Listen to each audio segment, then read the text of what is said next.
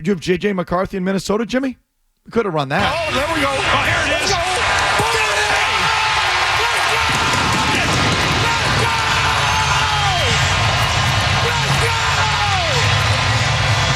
McCarthy, 45 yards to Tristan Jackson. And with Justin Jefferson cheering on the sideline, it's 2013 Raiders.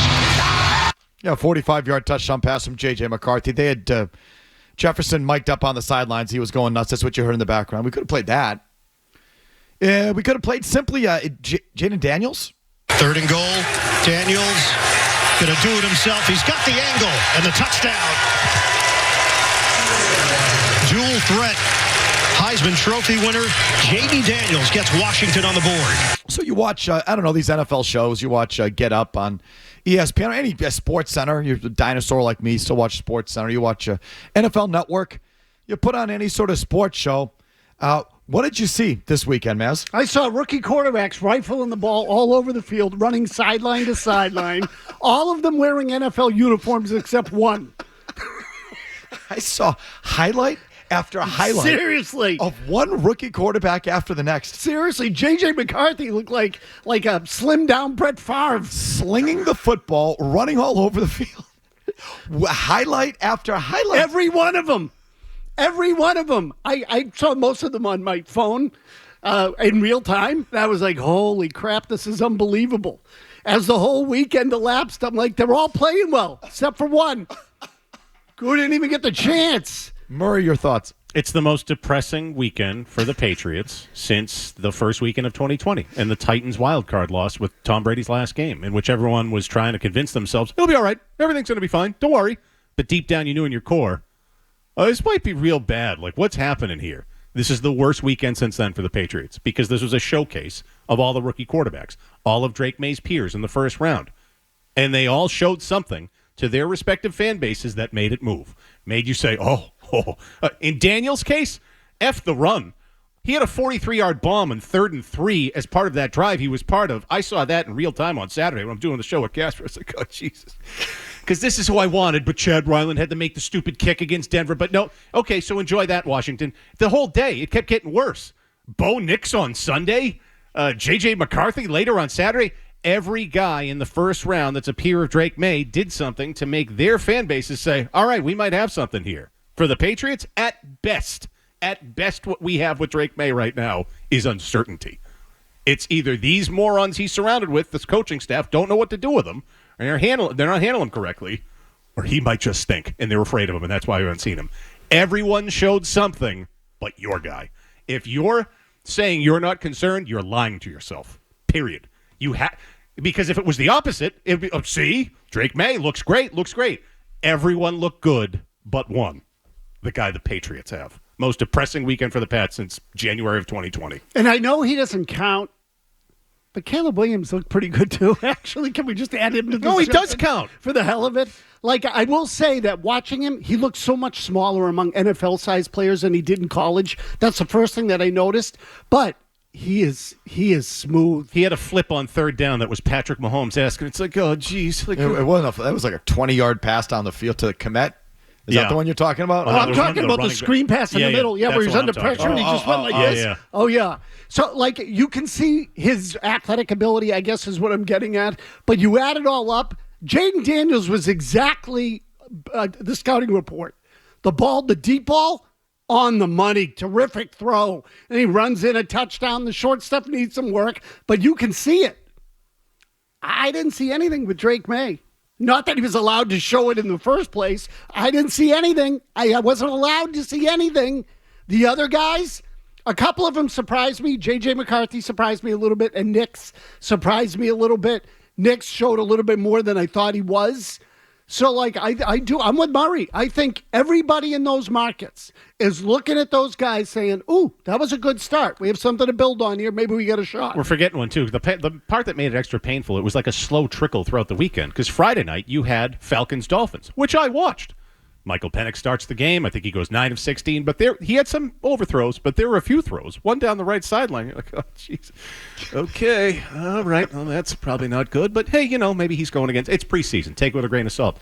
And then Early Saturday, Daniels bomb. Daniels running in the touchdown. Caleb Williams showing why he was 1 overall. Later that day, starts funny because J.J. McCarthy has an atrocious pick, and it's like, okay, good. I think he's going to be a bum. Couple of touchdowns from him. The first one was on single coverage. I was like, oh, Jesus, here we go again. Now this one. And Bo Nix. Bo Nix, who I think has been overdrafted by 2 rounds, and I think is going to be trash. Bo Nix looked good, too. Everyone but your guy. And it's preseason. I get it. But for one weekend, this sucked. And McCarthy showed a little bit of arm strength, too. I was surprised by that. He get the ball to the sideline on those out patterns, a couple of them down the field that were 20 yards. Like those comparisons to Mac Jones. That's funny. He's better than Mac Jones. Better athlete, better arm. Better player. So Mazz was off on Friday. So this is a re-entry Monday. But we're going to download. Mazz hasn't reacted to the preseason game yet. So that's just going to be mixed in and put into context of what we saw this weekend. Are you concerned, Mazz? I mean, a little bit, because why the conservatism to that degree? To that degree, what, he can't handle it? Is that it? These guys all came out and were, even if it's just running basic plays, okay, and plays that are suited to, and this is what really struck me. These coaches over the weekend went out and said, we're going to use this as an opportunity to build the confidence of the player we just drafted by giving him some things we think he can do. Like, I think the Jaden Daniels one is a perfect example. They asked him to throw a ball down the sideline, and they ran a read option down by the goal line that he perfectly executed, and then outran the one defender who was there to get him. That's it. Piece of cake. Now, the other stuff, like short passes, intermediate in the middle of the field, I would say the little bit that I saw, and Daniels wasn't out there a ton either, but he was out there more than Drake Maye. The little bit that I saw, I would say Daniels needs some work on the things they said he needs work on. But they all were asked to do things that they excel at. Well, they let him play. Right. They let them play. Absolutely. And they let them play in a game that suited them on some level. Not here. Nope. 7 plays, sit your ass down. That's it. We're done. Was it 7? Oh, yeah. Yeah. Well, there was 1 penalty. So 7 snaps, 6, that counted, 3 handoffs. So what are you more concerned by, Mazz? The player or the way they're bringing him along? Because, and this is a big part of it for me, like, are they trying to, in Chris Gasper's words, square peg, round hole? They're overcoaching him. They got him under center. They're trying to develop him in this West Coast offense, kind of a structured kind of deal, under center. That it's a very standard sort of thing. 3-step drops for a lot of throws, a play action, 7-step drops. Like you saw the one in cut that he missed to Rhaegar, or Rhaegar didn't come down with. Is sort of like a very structured kind of play.